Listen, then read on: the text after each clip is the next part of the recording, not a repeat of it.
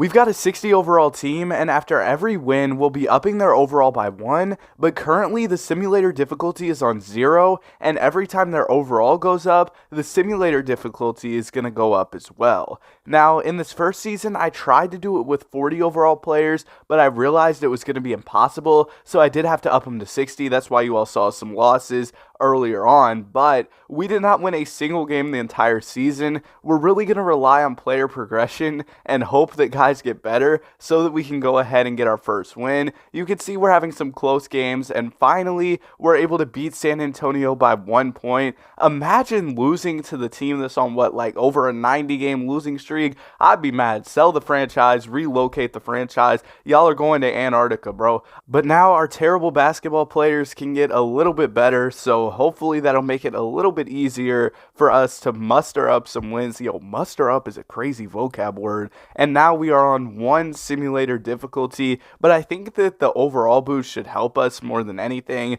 1 more simulator difficulty shouldn't hurt too much. This time we actually blow out the Sixers by over 20 points for our second win on the season, already improving by 2 wins on the year. Last year we were 0-82, and we're actually starting to put together quite a few wins. I'm not going to show you all every single win because I just think y'all don't care. That's a lot of wins, but if you enjoy the video, man, y'all should subscribe. That's a good time to say it. But we're finally having players almost crack 70 overall as we reach the 5-win mark. And by the end of the season, we were able to do the reverse Warriors. We went 9-73, and in player progression, we're going to see a big improvement from a lot of our guys. But that's crazy. 73-9 and no ring. We went 9-73 and still had the same result at the end of the season. That's all I'm saying. Yo, that 2016 season was legendary though. One of the best seasons ever. And also you might notice here that we're making a trade, and that's because Derrick Rose retired, so I had to trade Evan Fournier and a first round pick so we could add 2 other players. But don't worry, I lowered their overalls to what Derrick Rose's was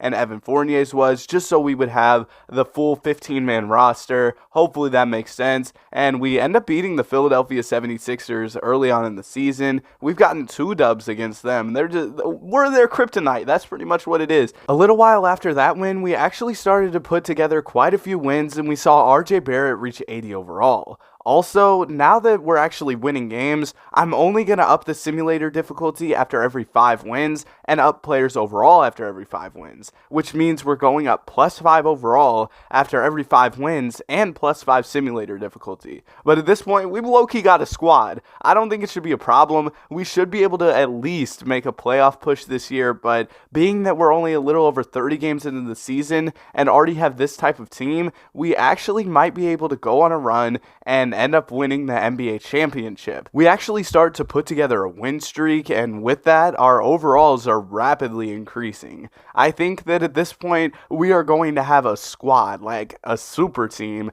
and with that, I want to go ahead and put the simulator difficulty significantly higher. At this point, on such a low simulator difficulty, we're not going to have any challenge winning a ring with the type of squad we have. So we're going up to 50, but now, after every single win, we're going to boost the simulator difficulty by 2. At this point, we're pretty much going to be able to get an all 99 overall team. There shouldn't be any competition for us around the entirety of the league, as we have one of the best rosters on paper with all of our talent, all these high overall players. We should be able to go absolutely crazy. I mean, guys at the end of our rotation are like a 90 overall, and later on we just max everybody out, because after these wins start to stack up, we end up getting some really high overall players. The only guy who could stop this team is 2018 LeBron. Now that we're pretty far into the video, I can give a hot take because not that many people are probably watching. If you're still watching, comment 2018 LeBron, greatest basketball player of all time.